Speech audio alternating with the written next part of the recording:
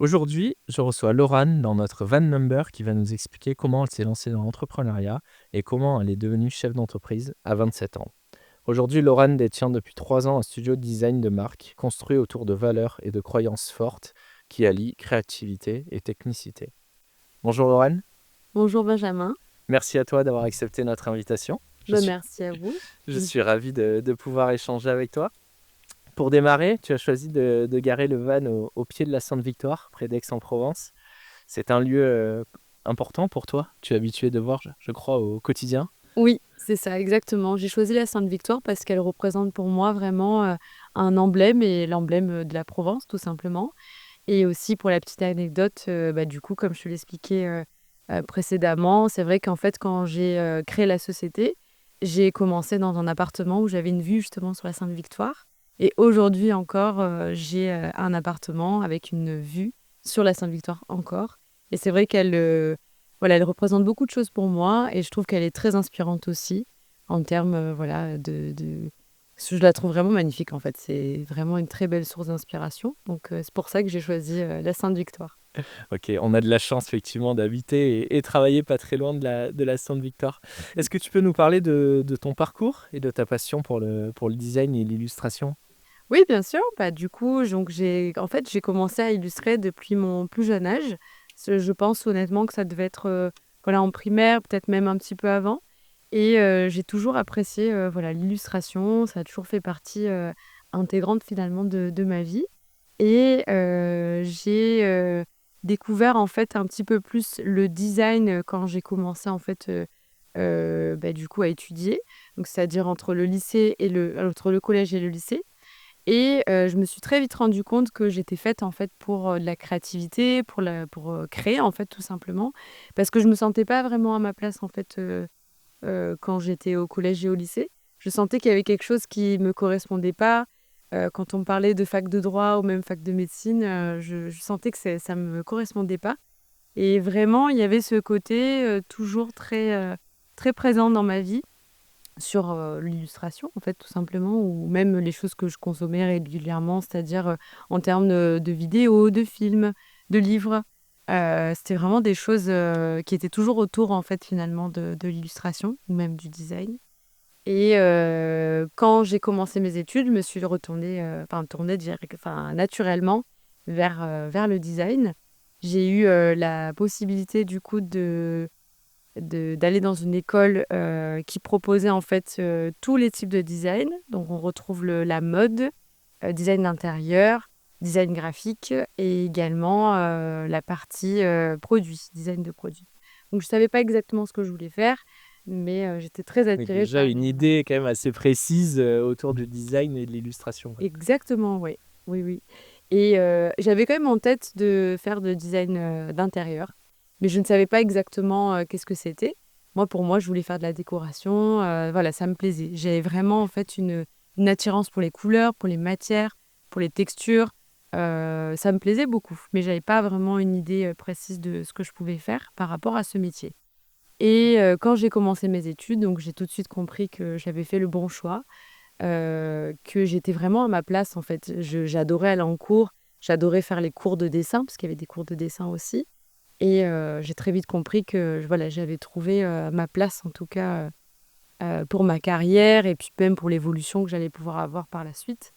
Et je me suis tournée naturellement vers le design graphique parce que c'était l'une des seules spécialités, on va dire, dans le design qui me permettait d'explorer heu, totalement, en fait, cette partie avec l'illustration.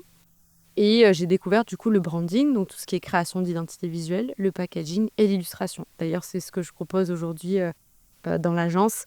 Et c'est vraiment des thématiques qui m'ont beaucoup plu et qui ont fait que j'ai choisi aussi cette partie design graphique pendant mes études.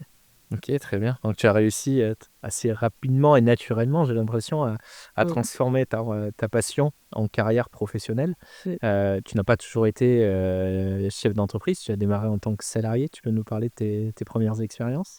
Alors, j'ai démarré en tant que chef d'entreprise, oui, quand même, parce que dès que j'ai terminé mes études, il se trouve que j'ai eu l'opportunité de faire un stage dans de l'événementiel. Et j'ai très vite en fait travaillé en fait à ce niveau-là. Donc j'ai beaucoup appris avec l'événementiel et je me suis surtout rendu compte qu'il y avait un réel marché à prendre par rapport à ça. Et donc du coup, je me suis lancée en fait dans l'auto-entreprise dès que j'ai terminé mes études D'accord. pour continuer justement à travailler un petit peu dans l'événementiel et dans autre chose parce que je savais qu'il y avait bien sûr d'autres possibilités. D'ailleurs, un de mes premiers projets, c'était de la cosmétique. Donc j'ai très vite commencé à travailler par rapport à ça. Mais je me suis aussi très vite rendu compte que travailler en tant que freelance et surtout en étant jeune, parce que je sortais de mes études quand même, c'était pas forcément le plus simple et je voulais quand même avoir, et assurer en fait une sécurité, financière. Donc j'ai, quand même cherché, à trouver en fait un poste. Je cherchais un CDI et d'ailleurs c'est ce que j'ai trouvé, et en fait j'ai accumulé, cette partie donc salariat et également du coup, la partie, freelance en fait à côté. Mais c'était vraiment une partie de freelance comme je disais tout à l'heure parce que pour moi c'était plus un supplément on va dire dans mon activité professionnelle. C'était pas vraiment, mettre ça en avant, j'avais pas en fait cette, comment dire? Cette la même vision que j'ai aujourd'hui avec l'entrepreneuriat. Donc c'est vrai que ça peut paraître plus, c'est moins, ouais, de l'entrepreneuriat pour le C'était coup. plus, tu avais ton poste de CDI, si je comprends bien, et à côté, tu gérais certaines opportunités en tant que Exactement. freelance pour Oui. facturer et continuer à te faire la main, quoi. Mais pas Exactement. encore l'agence que tu as aujourd'hui, Exactement, ça n'avait rien à pas voir. le même projet encore, OK. Et comment se sont passées ces premières expériences en tant que salarié? Mais ça s'est très bien passé dans le sens où, en fait, j'ai beaucoup appris. Je pense que j'ai même plus appris, en quelques années, puisque j'ai dû faire à peu près 5 ou 6 ans en tout, de salariat, en plus, du coup, de l'auto-entreprise. Et c'est vrai que ça a été hyper enrichissant, en fait, parce que c'était des expériences, incroyables où j'ai pu, en fait, gérer, plusieurs postes aussi à la fois, parce que c'était des petites entreprises D'accord. dans lesquelles, j'ai travaillé. Et c'est vrai que ça m'a permis, voilà, d'explorer, toutes les, facettes finalement du designer, et surtout, en fait, de faire, voilà, donc comme je disais, plusieurs métiers. Donc je faisais de la photographie, de la retouche, du branding, de la direction artistique. J'ai appris tellement de choses, en fait, dans ces expériences que, c'était vraiment très, très enrichissant. Et justement, je trouve que le parcours professionnel que j'ai eu, jusque-là, il était parfait, en fait, tout simplement. Parce que très peu de personnes arrivent à trouver quand même, des postes, c'est quand même, des milieux assez fermés, très peu d'entreprises embauchent aussi directement des designers, que ce soit même des graphistes ou des directeurs artistiques. Et c'est vrai que j'ai eu beaucoup de chance, de pouvoir, évoluer du coup dans le salariat, en plus du coup de cette partie freelance et avant d'arriver du coup, à la création de la société, que j'ai actuellement. Mais oui, oui, c'était vraiment des super expériences. Mais il y avait quand même ce côté, hem, qui me gênait un petit peu, c'est que je commençais à sentir que j'étais plus vraiment à ma place, dans le sens où quand on travaille du coup pour quelqu'un, c'est complètement différent et on arrive très rapidement, quand on est créatif, à se sentir un peu bridé finalement dans ce qu'on fait, dans ce qu'on produit et j'ai vraiment ressenti cette envie finalement de, voilà, de proposer ma propre vision, mon savoir-faire, mon expertise, sans qu'on ait en fait à dire finalement, oui mais non ou c'est plutôt les goûts et les couleurs de la personne des responsables par exemple qui étaient, des projets, sur lesquels je travaillais. C'est vrai que j'avais cette envie finalement d'imposer un petit peu ma vision et de me dire: «Bah non en fait c'est comme ça que ça marche» et Tu avais pas carte blanche, en fait. C'est ça, il oui, fallait se oui. plier, Non, non, mais réellement et il fallait se plier et c'est vrai que quand on est créatif comme moi, ça peut rapidement être problématique, en fait. Parce qu'on peut très rapidement se dire, «Oui, mais c'est génial ce que je fais, mais c'est pas ce que je veux» et c'est ce que j'ai ressenti en tout cas sur, la fin de mes Mmh. expériences, professionnelles Mais surtout, de je pense que salariat. quand on a la chance de transformer sa passion en carrière professionnelle, on est peut-être Mmh. encore plus exigeant et je comprends ton sentiment de frustration où tu pouvais pas pleinement t'exprimer, ça avait peut-être moins de sens aussi du coup pour toi Oui. et est-ce que c'est cet élément-là qui t'a motivé à réellement, j'ai envie de dire, franchir le pas de l'entrepreneuriat et à créer ton agence? Oui, oui, honnêtement, je pense que ça a fait partie des facteurs sur lesquels, j'ai pris cette décision.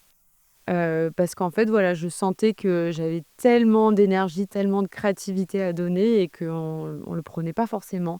Et c'est vrai que quand on travaille dans une même société pendant plusieurs années, quand on est un créatif et qu'en fait, on parle tout le temps des mêmes projets. Par exemple, là, la dernière expérience professionnelle, c'était, dans l'univers du thé, des infusions et des compléments alimentaires bio. Donc c'était super intéressant, j'ai vraiment adoré. Mais c'est vrai qu'on parle tout le temps des mêmes produits, on est tout le temps dans le même univers, il faut tout le temps respecter les mêmes réglementations pour les produits avec des allégations santé, pardon. Et il y avait pas mal de choses en fait qui étaient tout le temps, les mêmes finalement, qui revenaient à chaque fois. Les mêmes thématiques, du coup, il fallait correspondre, voilà, à la partie de Noël pour les packaging.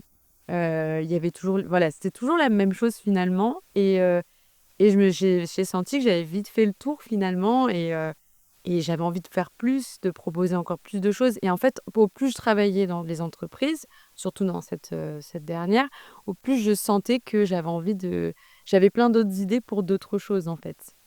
Et comme du coup, j'avais fait cette expérience de freelance à côté, qui m'avait bien plu, je me suis dit, mais pourquoi pas, en fait, retenter l'expérience. Avant de créer cette agence, j'ai quand même cherché d'autres postes. Pour être tout à fait honnête, j'ai cherché du coup à trouver un autre poste qui pourrait éventuellement me plaire. Et en fait, c'est la triste réalité, je pense, du marché, en tout cas dans le design, c'est qu'il y a très peu de postes en fait dans le sud de la France. Ou alors les entreprises ont déjà en fait des personnes depuis du longtemps, ou alors vraiment il y a une démarche qui est complètement différente pour rentrer dans une entreprise. Et j'ai eu pas mal de refus, en fait, tout simplement. Et c'était tout bête, mais je me suis dit, bah, personne ne veut m'embaucher, bah, je vais m'embaucher moi-même. Et c'est vraiment ça, en fait, que j'ai fait. Je me suis dit, en fait, j'ai de l'expérience, je sais ce que je vaux, je connais mon expertise, mon savoir-faire. Vraiment, je sais le travail que je peux fournir.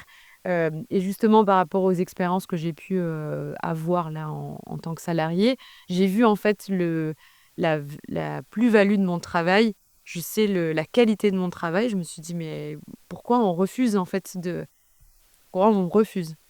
Donc je me suis dit, voilà, pourquoi pas retenter l'expérience, mais cette fois-ci créer une structure, une véritable structure en fait. Passer vraiment sur une agence et pas créer du coup encore un autre poste, on va dire en freelance, où on n'est pas forcément pris au sérieux. Et donc voilà, ça a été en tout cas les raisons pour lesquelles je me suis lancée dans l'aventure. Donc c'était important pour toi, en rebasculant côté indépendant, de vraiment créer une société et une agence où vous allez potentiellement être plusieurs, plutôt que de rester en auto-entreprise ou de recréer une auto-entreprise. Oui, oui, oui. Bah, tout simplement aussi parce que par rapport à l'expérience que j'ai pu avoir en tant que freelance, j'ai trouvé qu'il y avait en fait, c'est complètement différent et souvent aussi les entreprises ne prennent peut-être pas trop au sérieux. C'est un peu, oui, il y avait ce côté finalement qui ne me correspondait plus et d'ailleurs, c'est aussi pour ça, parce que je l'ai arrêté cette, auto-entreprise, durant du coup, mes années, en salariat. Je l'ai arrêté aussi parce que justement, je sentais ça, que j'étais pas prise au sérieux, par rapport à mon métier. Et le fait d'avoir une véritable structure, je trouvais que ça apportait vraiment, quelque chose de différent. Et même, en fait, par rapport à moi, la vision que j'avais, du coup, de la création d'une société, je trouvais que ça me correspondait mieux à ce moment-là aussi. Grâce à l'expérience que j'ai eue avant et du coup, oui, tout simplement avec, l'expérience, je me suis répétée. Mais en tout cas, voilà, OK, c'est vraiment, c'est très clair. Et tu peux nous parler justement du moment de la création de société, de la recherche des premiers clients? Est-ce que c'était quelque chose de facile? Est-ce que ça allait vite? Non, ça a été, très compliqué et d'ailleurs, je pense qu'on en reviendra tout à l'heure sur ce sujet, mais je pense que ce qui était vraiment important pour moi, c'est d'avoir été bien accompagnée. Et d'ailleurs, quand j'ai rejoint du coup, quand j'ai, eu le contact du coup de Number et qu'on m'a bien conseillé justement sur toutes les étapes de la création de la société, toute la partie aussi juridique qu'on connaît pas forcément, qui est importante, et il y a plein de choses que je ne savais pas et donc non, non, au contraire, je pense que ça a été une partie qui est quand même assez longue, fastidieuse, difficile et qui prend beaucoup de temps parce que on ne s'en rend pas forcément compte, surtout quand on a fait de l'auto-entreprise avant. C'est beaucoup plus simple. Il y a Exactement. beaucoup moins de démarches à faire, de choses à prévoir. Ça n'a rien à voir. Donc c'est vrai que j'ai un peu déchanté quand j'ai commencé parce que je me suis dit, ah oui, non, c'est pas du tout la même chose. Mais c'était une super expérience, encore une fois, parce que du coup, ça m'a permis de me rendre compte très rapidement que j'étais faite pour ça, en fait. J'ai tout de suite compris qu'il fallait que je sois organisée, que je sois bien renseignée. Donc, c'est ce que j'ai fait. J'ai un peu pataugé, voilà, au début, parce que c'était très compliqué d'avoir les bonnes informations au bon moment. Souvent, en fait, on peut se tromper et c'est en se trompant qu'on se rend compte, voilà, C'est de l'histoire de la l'entrepreneuriat, je crois. voilà, de la bonne démarche à suivre.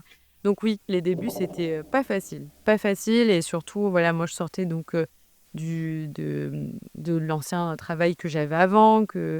C'est vrai que je me sentais déjà pas très bien parce que c'est vrai que je savais pas trop où j'allais. C'était quand même assez compliqué. Donc il y avait tout ça qui s'est mélangé, plus la création de société qui est quand même donc difficile. Donc ça a été plutôt dur les premiers moments. Mais je suis très contente parce que du coup, c'est vrai que j'ai persévéré en fait, tout simplement. Je me suis dit: «Non, non, là, je me lance dans l'aventure, il faut que je sois, comment dire? Oui, il faut que je sois, sûre de moi et que je continue en fait, à croire en moi surtout». Donc ça a été dur, mais en tout cas, ça a été, très révélateur en tout cas de la situation. Et pour les premiers clients, alors comme j'avais déjà du coup, des contacts de mes anciennes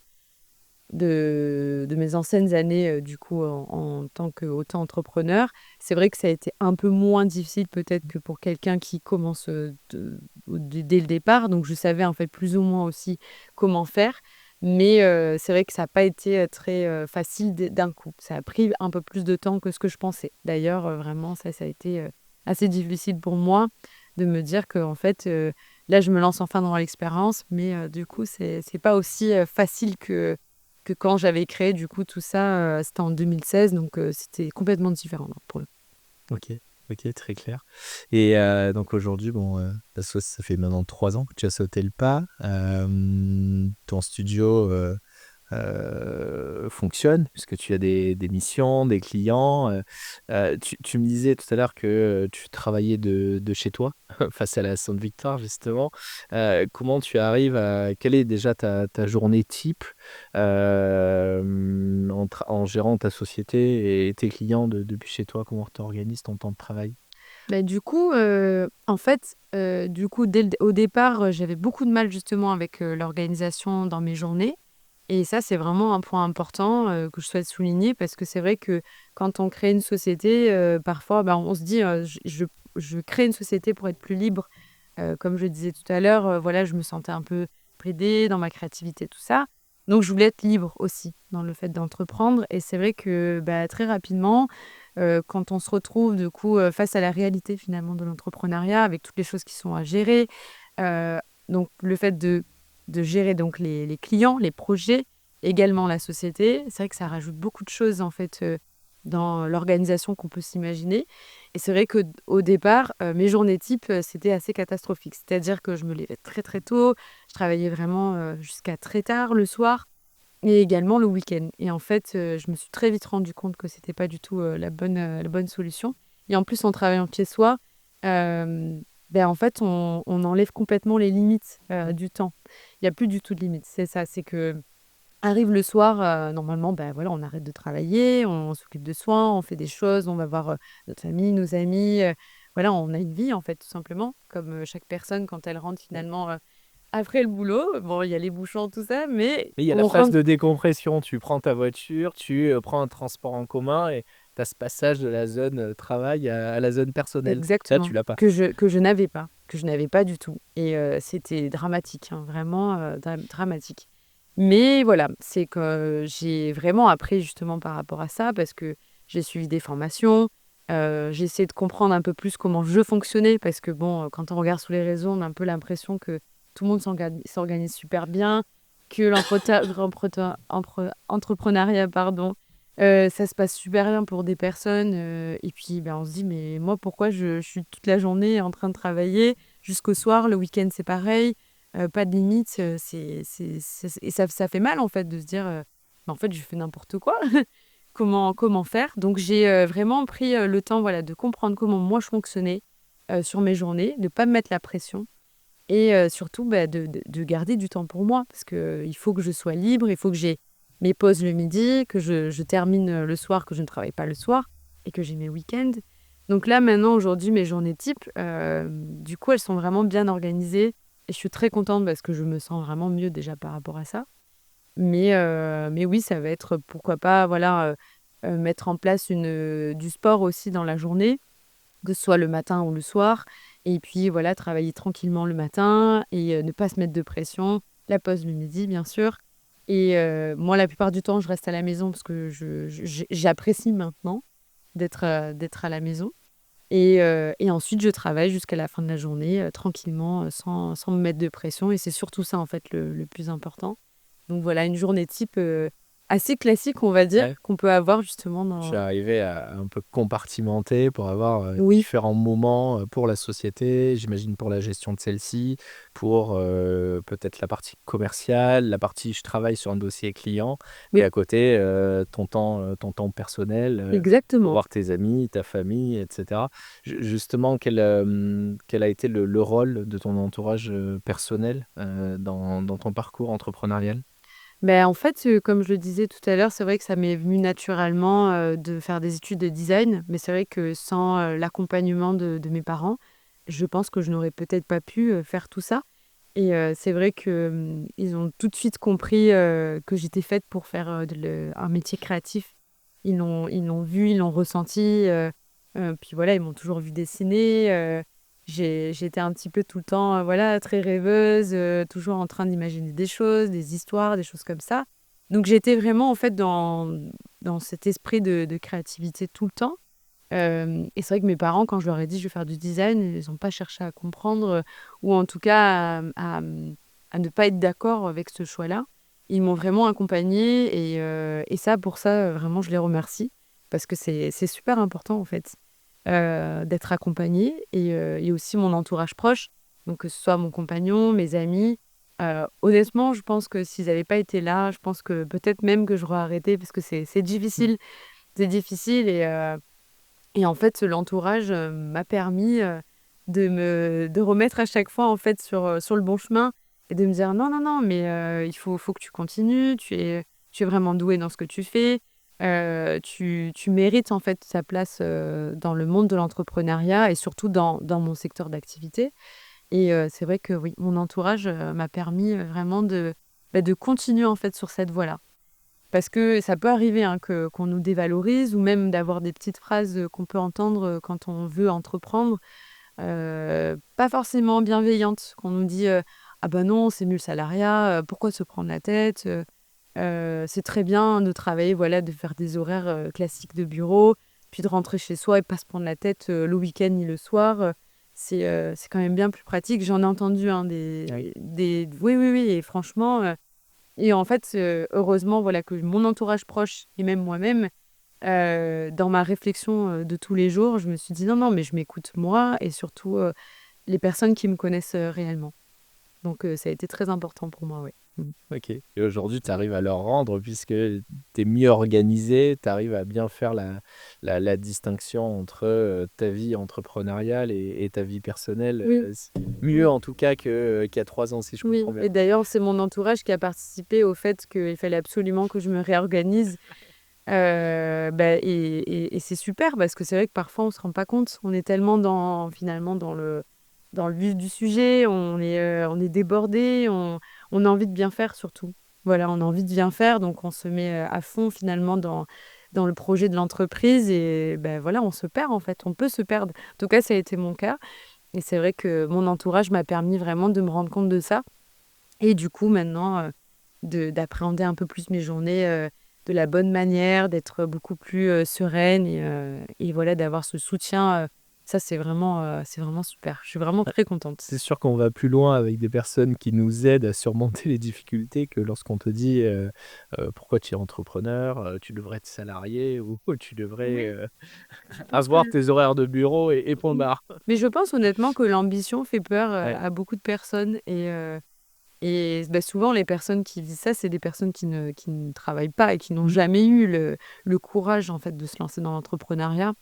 Et justement, c'est pour ça que moi, personnellement, si demain on me posait une question, je n'aurais pas du tout ce discours-là. Au contraire, je pense qu'il faut suivre son instinct, son envie. Et puis voilà, en fait, si on a envie de le faire, il faut y aller, il faut s'écouter, vraiment. Non, c'est bien ce que tu dis et je trouve que c'est juste parce qu'aujourd'hui, je crois que tu as 40% des personnes actives en salariat qui aimeraient créer leur entreprise.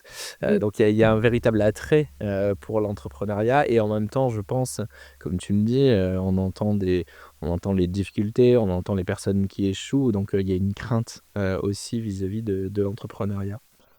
Oui. Est-ce que pour donner, tu parlais de donner envie aux gens d'entreprendre, est-ce que tu peux nous partager une ou deux belles réussites que tu as depuis 3 ans?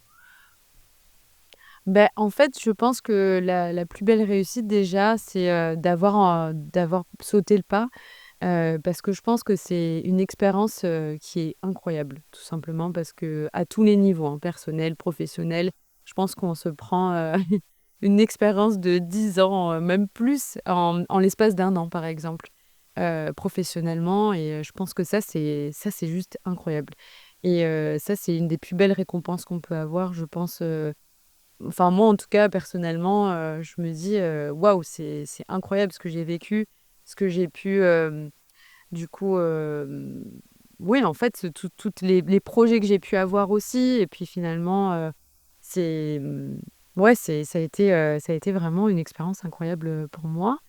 Je pense aussi, les plus belles récompenses, c'est surtout, le fait de voir que les projets que j'ai pu, du coup réaliser, pendant ces 3 ans, avec, l'agence, c'est, vraiment de voir les retours, en fait, des clients, de voir l'évolution de certaines entreprises que j'ai pu accompagner, du coup, avec la société et ça, pour moi, c'est vraiment super parce que je vois, en fait, du coup, cet accompagnement, les créations d'identité visuelle ou de packaging qui ont permis justement à d'autres sociétés qui ont été créées ou en tout cas qui sont sur le processus de l'entrepreneuriat aussi, qui évoluent et qui fonctionnent et qui deviennent des activités pérennes en fait.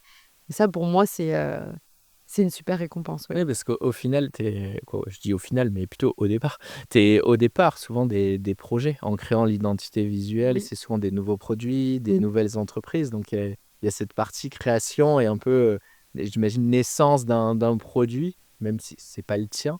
Mais en tout cas, tu y contribues grandement et après, tu le vois évoluer au fur et à Exactement, mesure. exactement et ça pour moi c'est vraiment super de pouvoir voir justement les sociétés évoluer, fonctionner, grâce à mon travail, grâce à mon expertise et ça c'est vraiment, vraiment génial et tu me parlais d'un conseil, c'est ça? Je sais plus, exactement ce que tu Non, je dis. disais que tu donnais quelques conseils au fur et à mesure, sur l'entrepreneuriat et que tu invitais justement les gens à franchir le pas. Oui. On pourra en reparler juste après. Pour revenir peut-être à ton studio, aujourd'hui, quel type de société tu accompagnes? Est-ce que tu as une spécialisation sur les produits sur lesquels tu travailles? Quel est un peu ton secteur, on va dire, d'activité préférentiel? Alors il y en a plusieurs, c'est vrai que l'hôtellerie, la restauration, ça fonctionne super bien et ça c'est vraiment, des milieux qui me plaisent beaucoup. Il y a beaucoup de choses à faire et ça me parle énormément. Donc il y a tout ce secteur-là. Il y a également toute la partie cosmétique aussi qui fonctionne très bien et j'en suis ravie, hein, vraiment, parce que, c'est vraiment des milieux en plus qui évoluent beaucoup maintenant avec des produits naturels. Il y a une véritable conscience en fait au niveau des produits. Donc ça, c'est vraiment génial aussi. Sinon de l'épicerie fine avec, toute la partie aussi boisson qui marche plutôt bien. Donc on est vraiment dans des produits plutôt nobles, des secteurs un peu plus haut de gamme, voire luxe et surtout en fait, voilà comme je disais vraiment c'est noble, c'est élégant, il y a vraiment en fait en tout cas c'est des secteurs, que je trouve, qui sont vraiment intéressants. Le secteur de la boisson aussi, je crois que je l'ai déjà dit. Et puis après, on a également travaillé sur, pour des agences en fait, des agences aussi, donc événementielles, ça c'est vraiment, super intéressant aussi.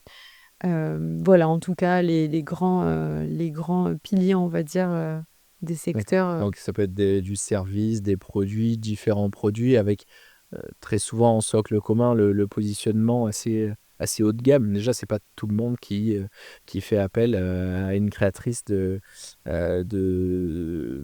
marque pour lancer par exemple son épicerie fine. Ouais, quand je parle d'épicerie fine, c'est plus les Les produits produits. en eux-mêmes, c'est-à-dire plutôt, voilà, l'univers de la chocolaterie, du thé, voilà, c'est plus, D'accord. voilà, c'est plus ça, en fait, du coup, tout ce qui est épicerie fine. C'est vraiment les produits nobles qu'on peut consommer, du coup, produits gourmands, en fait, Ok, et c'est vrai que c'est dans l'air du temps. Comme tu disais, tu parlais des cosmétiques, mais c'est vrai que le mieux consommer local, les cosmétiques, je crois qu'il y a il y a pas mal d'enjeux autour des tests qui sont faits parfois sur les animaux, Exactement, les, exactement. et même sur les produits utilisés. Donc, Oui, et il y a une véritable démarche, je trouve, de plus en plus auprès des entreprises qui créent justement des sociétés autour de la cosmétique ou de près ou de loin, hein. Il y a toujours des thématiques un peu plus différentes, mais on sent vraiment en fait cette envie aussi de la part des entrepreneurs et des entreprises de vraiment se reconnecter à la nature, de proposer des produits voilà, avec des véritables valeurs, et ça me plaît beaucoup, en fait, justement, de pouvoir accompagner des entreprises comme cela. Et j'ai oublié aussi, il y a aussi toute la partie artisanat et décoration aussi. d'accord. Parce qu'il y a toute la partie aussi bougies, diffuseurs pardon, de parfums, le parfum d'intérieur.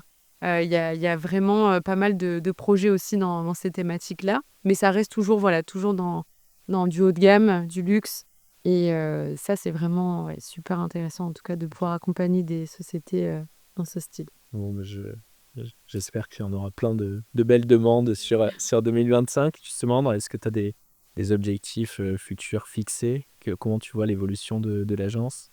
Mais du coup, je me suis rendu compte que en créant l'agence, donc le but c'était vraiment de mettre en avant le branding, donc tout ce qui est création d'identité visuelle et le packaging, qui est vraiment une expertise qui est propre du coup à l'agence. Et c'est très rare justement de trouver des agences qui proposent ce type d'accompagnement dans le sud de la France. Il y en a beaucoup sur Paris, mais très peu dans le sud.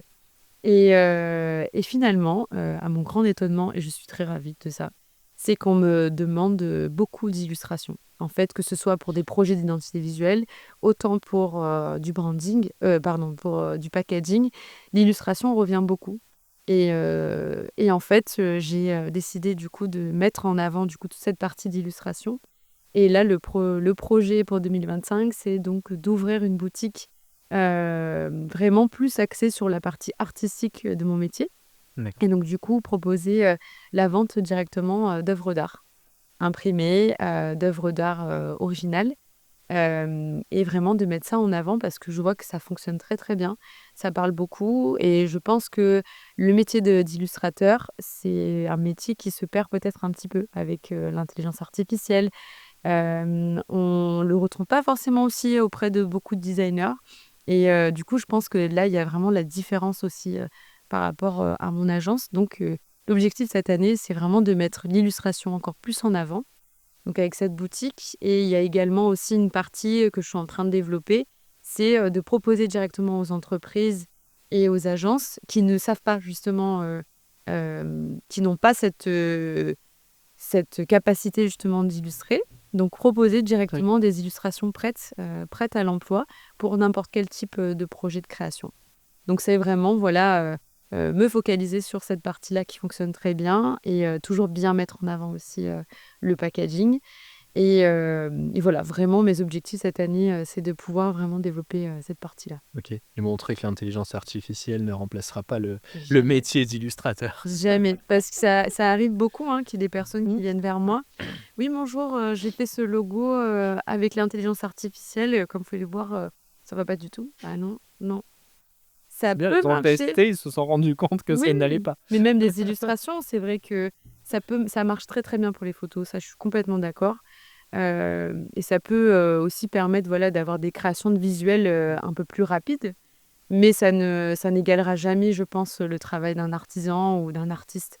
Moi, par exemple, tous les dessins que je fais, c'est à la main. Donc, il y a même, on le voit sur les dessins, on peut sentir en fait que parfois, j'ai la main qui tremble. C'est authentique en fait.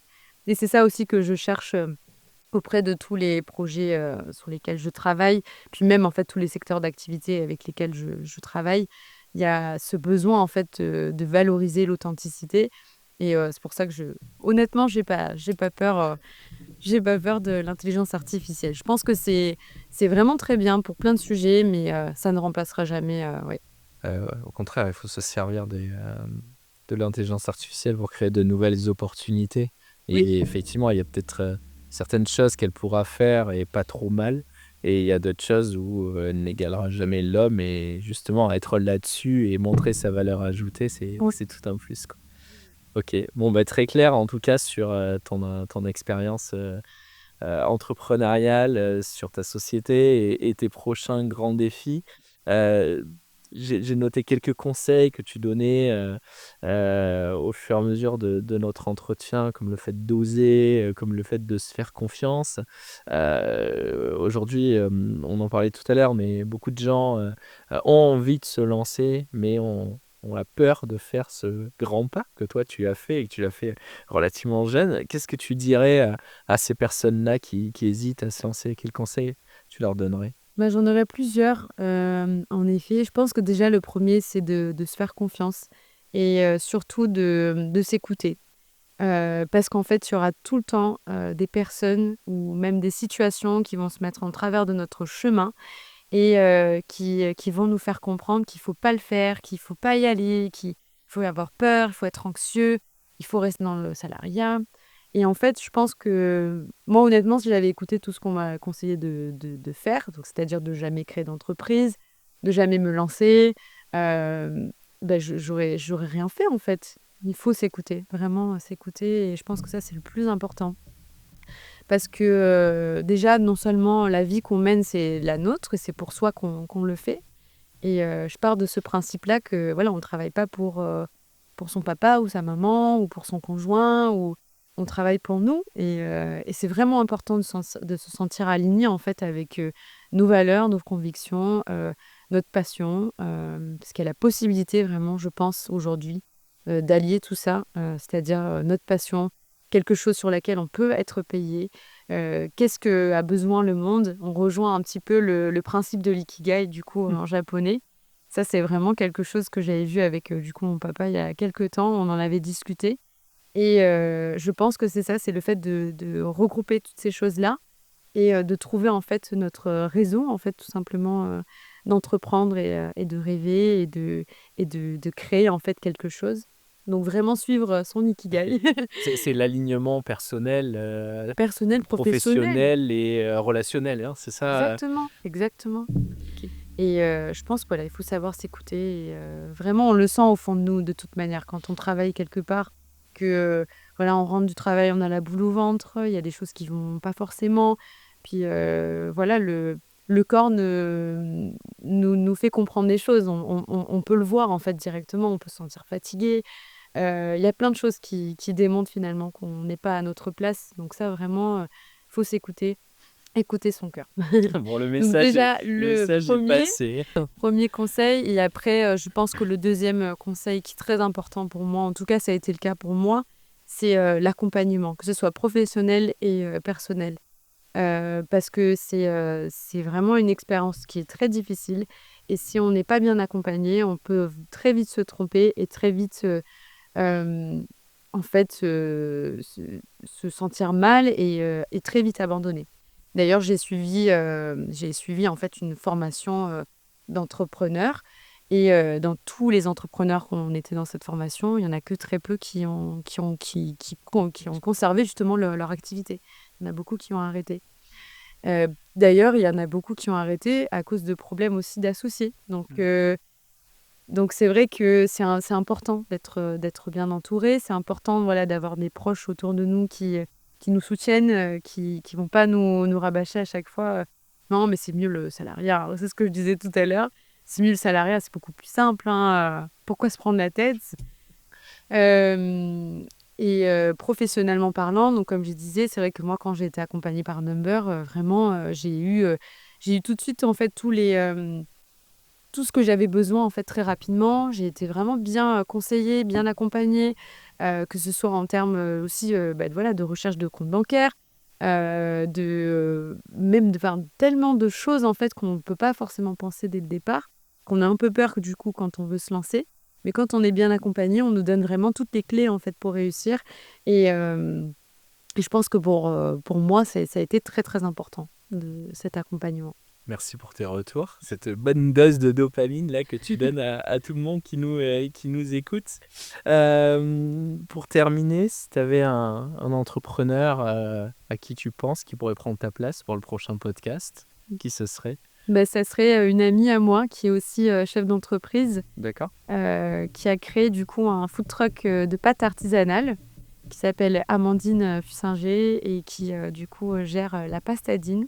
Et d'ailleurs, avant même, d'arriver aujourd'hui, à notre rendez-vous pour ce podcast, je discutais avec elle justement et on se soutient beaucoup et on se disait toutes les 2 qu'on se remerciait parce que, bah, en fait, c'est vraiment pas facile déjà d'être une femme, qui entreprend et en fait, on se rend compte de plein de choses qui sont pas forcément simples du coup, quand on vit, voilà, une vie de chef d'entreprise et c'est vrai que toutes les 2 on s'apporte vraiment ce soutien mutuel et vraiment, en fait, j'adore sa personnalité, j'adore vraiment tout ce qu'elle propose.